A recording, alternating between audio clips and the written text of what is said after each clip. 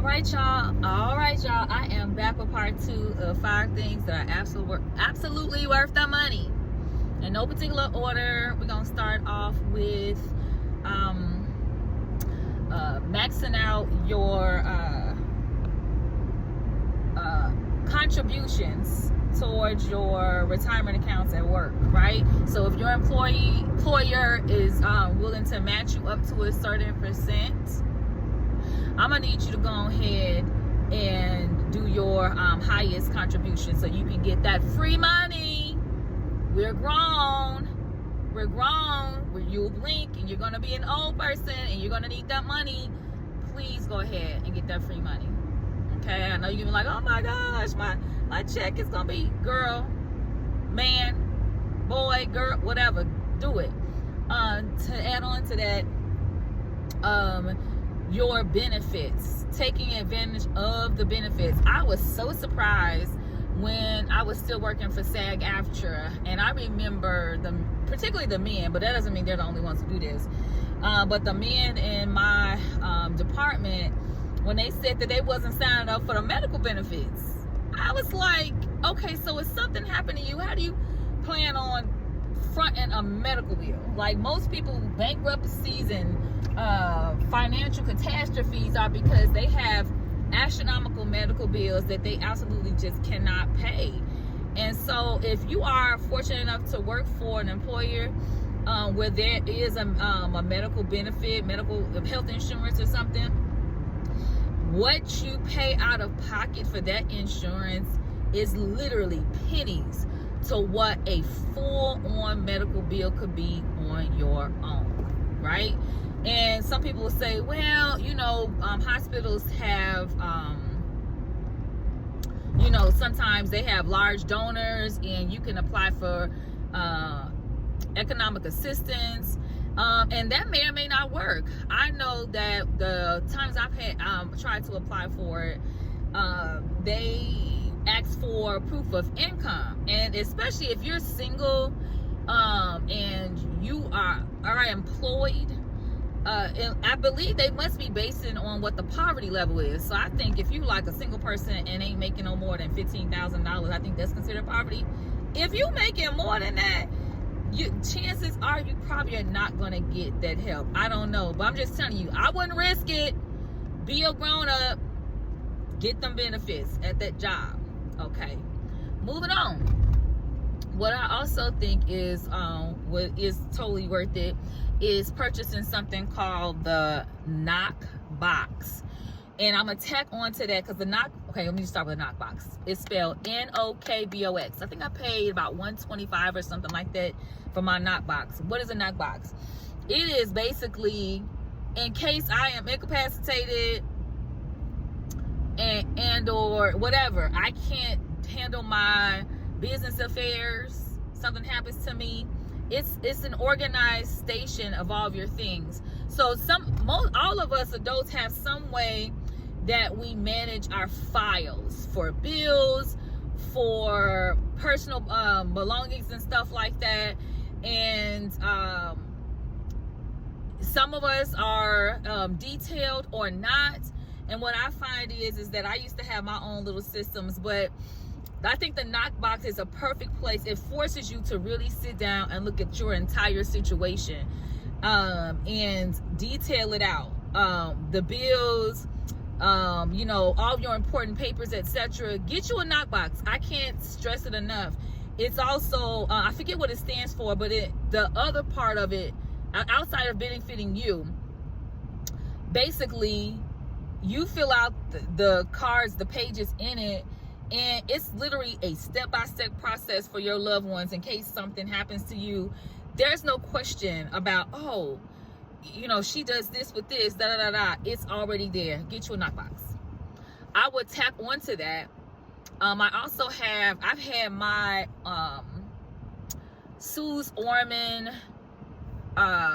trust document. I forget the official title of it, but she has this whole package, if you will, where all of your official affairs can be done. So I've got the online version. When I say at least a decade ago, and I used to watch her late online, And I signed up for it. And so you can get your will done, you can get your trust done and all that. And so it's like an online module.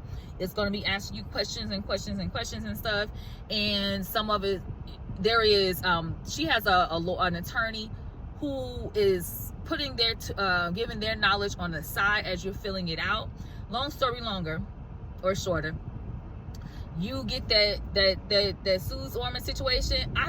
She's pretty much kept that package steady over the years. I believe it's still somewhere around like $99, and you can access it anytime, you can update it anytime. And so once you are fully, like, you're fully okay with the information in those documents, like it has like the trust papers, your will, power of attorney, financial power of attorney, all that kind of stuff, and you print it off and you take it to your bank or whoever does your notary, get that sucker notarized, put it in your safe space or in your knockbox. Hello. And so again, as an adult, a responsible adult, ain't nobody got to guess about what to do with you, your belongings, and all of that. It's so affordable. Quit playing. Totally worth it. Okay. The other thing that's worth it, and I still don't understand why people gotta beg people online to sign up for life insurance. Life insurance is so affordable. Life insurance.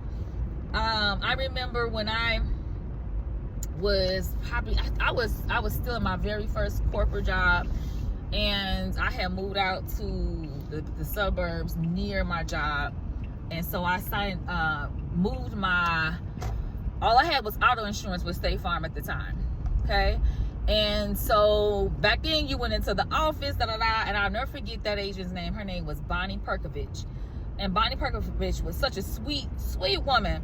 And she was trying to put a sister on. And she said, "Do you have life insurance?" I said, "No." And me being young and unlearned and that stuff, whatever. And when I hear life insurance, I always thought, oh, that's something you do when you get old. No.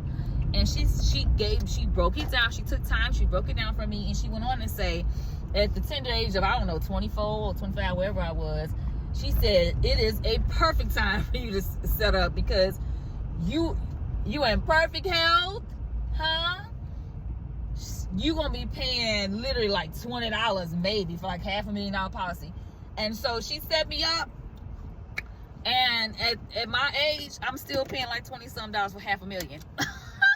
Like, and because if you're looking at it at my age, I don't know what it is, but I'm guaranteeing you're gonna pay at least, I don't know, 2 or 3 times that, especially because you're older, you might have health issues. All the risk goes up the older you get.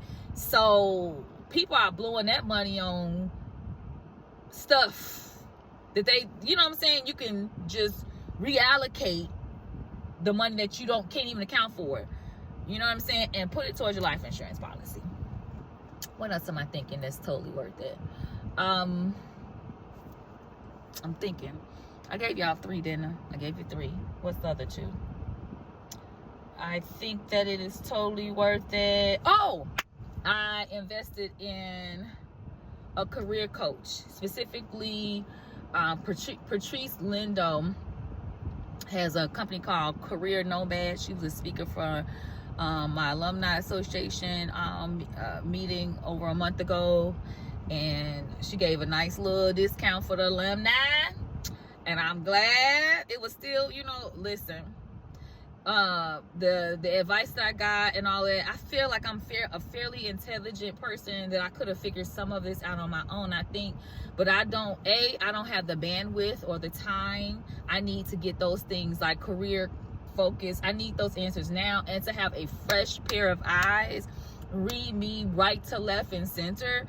I needed it. It was so helpful because it's been some time, many years since I've been out here on these job streets, right? And the game has changed severely, right?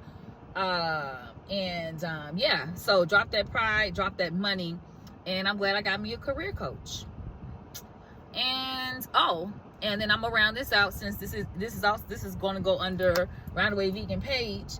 It is absolutely worth spending your money on high quality foods, right? So it's always interesting when I hear people saying, "Ooh, vegan food is too expensive to eat vegan."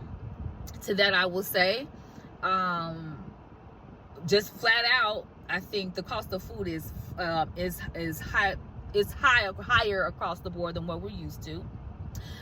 If you plan to eat a bunch of processed vegan, air quotes, meats, the mock meats, you can expect to pay premium for that, right? But if we're going to talk about the nutritious things, the fruits, the vegetables, we're not counting the scare with the fruits and vegetables that we're going through, and just investing and trying out the different grocery stores. Like, people were like, "Oh, I don't know about Whole Foods, I don't know about Sprouts and all that." Stop being a scaredy cat and be a grown up and go discover those things. And whatever they're paying, I would say, don't you think it's worth the investment on the front end with eating better foods, spending the money on the foods, versus the damage that is done by eating lower quality foods, lower quality, the processed stuff? Even if it is cheaper, what is the cost to your health on the other side? All right, hope that bless y'all. You're welcome.